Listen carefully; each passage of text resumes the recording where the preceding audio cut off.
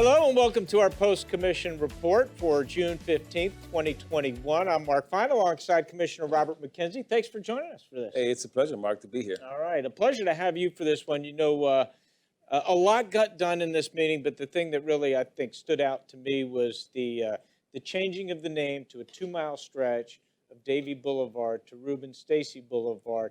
For folks who don't know who Rubin Stacy is, can you share some of that story and how big a deal this is? This is a huge deal. Oftentimes, you'll have people of African-American descent come here and talk about history, something that happened along the way. And we all know that a lot of the Black history has not been recorded or has been removed from traditional institutions. And day one, when I got here about 7.5 years ago, a gentleman approached me and wanted to do a story on Rubin Stacy. Asked me if I knew the Rubin Stacy story. Sure, I know it. Did I live it? No.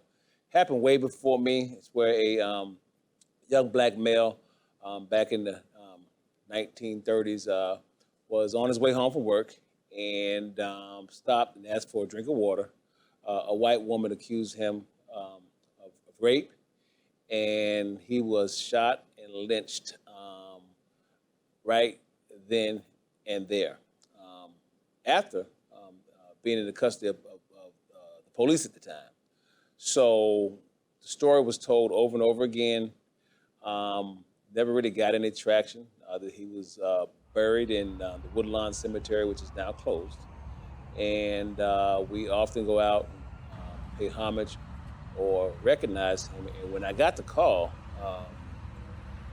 I knew the gentleman, Kurt Mosley, out of Melrose Manors, and he was very, very adamant about getting this done. And my response to Kurt was, I'm not going to relive history and honor him in the Woodlawn Cemetery. Right. If you want to do this, we have to do this on Davie Blvd.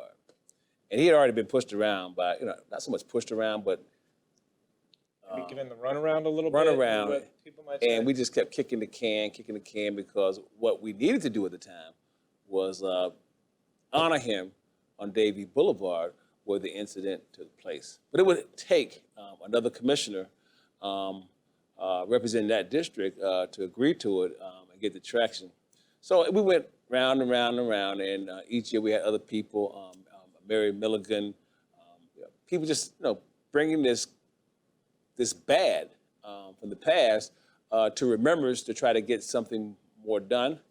And I think Kurt went and reached out to a commissioner in Coral Springs who had experienced some stuff with the shooting in Coral Springs, and they had a louder voice, and that's what it was going to take. Commissioner Sorensen heard the story. He just lit up like a Christmas tree and brought it to me like it was a brand new idea, and I was like, great. And the papers were following, and they were trying to pull me into the story like they always do and try to divide us. I didn't let that happen. I threw the ball back in Ben's court, knowing all that I knew, and I said, he's the one that brought this up. Talked to Commissioner Sorensen. He wants to put a sign, which is a street sign, Street signs, yeah. naming on Davie Blvd. I said, but if we're going to do it, don't just say it's going to be named in the southwest Black section of that corridor. It needs to go the 2.1-mile stretch of Davie Blvd. And Commissioner Sorensen agreed, and he took the ball and he ran with it. So when we came back here tonight, a lot of events unfolded that people didn't really know what was going on. I knew way back then. Right. But it had to play out because had I done it, it might have met resistance because of the ghosts from the past. And that's how it always is when you present something from a Black perspective. But this commission, kudos to them, us, for taking this on, allowing Ben and I to let this play out. And tonight, how it unfolded, even captured your imagination, because we were supposed to talk about a development project tonight. And now we're here talking about Rubin Stacy. Yeah. We're going to do a big event when we take the road and rename it. It'll be a public event, and we'll come out and we'll tell a deeper portion of the story. And Mary Milligan has already written the document. She's been tracking this family for years. I had the pleasure of meeting the niece of Rubin Stacy and sitting down with her and her family. Just really gave me a whole new perspective of the Rubin Stacy story. And tonight I'm just proud to be a part of it, and I just can't wait to see where we go with the Rubin Stacy story and how we start talking about the things from the past that most people aren't comfortable talking about. I think we've turned that corner, and I think when we sit out in the public and we discuss these type of issues, I think we can get a lot more done.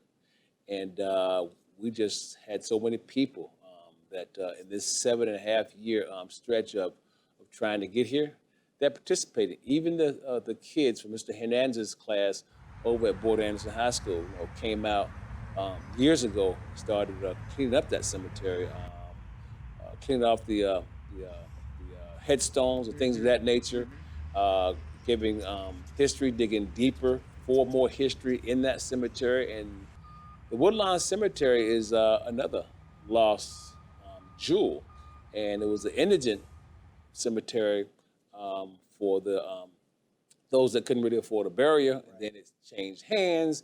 It went into the, I think it was the pallbearers association at the time, was given the rights to maintain that cemetery. And over the years, then the morticians took it over, and all of the paperwork that will record the inventory, meaning the layout of where the bodies are and family members, was lost.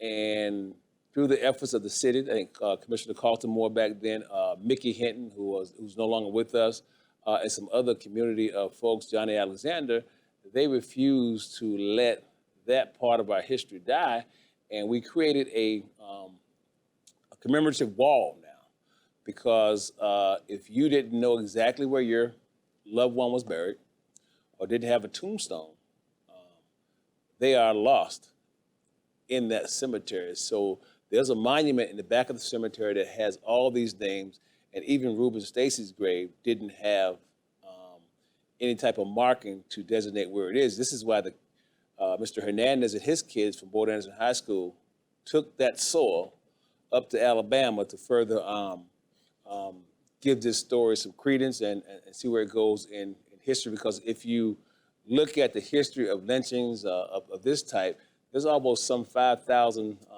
lynches reported. Right. Not to mention what wasn't reported, but they're all unsung heroes and forgotten. And today is just a good day to be a part of the city of Fort Lauderdale and the efforts of so many to get us to where we are today. And I refuse to allow others to come in and paint that story any other way. And because I refuse to repeat history in the Woodlawn Cemetery, Rubin Stacy is now going to be renamed on street signs, a 2.1-mile stretch in the city of Fort Lauderdale on Davie Blvd. For those of you who don't know where this is in particular, it happens somewhere, we don't have the exact spot, somewhere between the Denny's and that Winn-Dixie area and Publix, somewhere over there, this incident took place, and I'm quite sure there were many, many more just like it.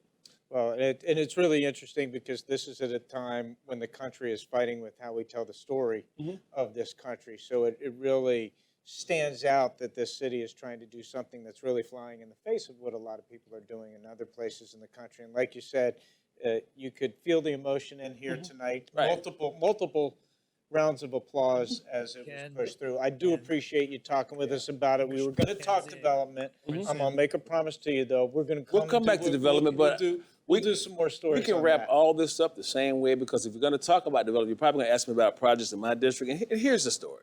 Yeah. This city is changing just like any other city. Development, redevelopment is on the rise. It's the way that you rebuild cities. It's the way that you make them better. And when you come to my district, we talk about projects. I may not have as many as we have in the downtown corridor or the Flagler Village corridor, but there was a plan to rebuild the city. And we're at the tipping point now. A lot of that is going to come over in my district. And it's very simple. We want the same thing that everybody else wants in their cities. So if we just keep that blueprint in front of us, we will keep making Fort Lauderdale better, and we'll make it inclusive that all can participate in this American dream. Well, for those of you who don't know, we started at 11:30 with these meetings today, so it was a long day. We appreciate you taking the time. Thanks so much. But you know what, Mark? This is what we do. We took an oath to serve as public servants. And sometimes we go to 2 o'clock in the morning. Sometimes we start as early as 8 o'clock in the morning. We do whatever it takes to get the job done and make sure that we're representing our residents in a good way. All right. Well, thank you, and thank you for watching. As always, if you want more information on what's going on in your city, you can always go to our social media sites. And, of course, check out fortlauderdale.gov. You can check out Lauder Briefs there as well, which will have all the minutes, all the details from tonight's meeting. We'll see you again next week. And that's a promise.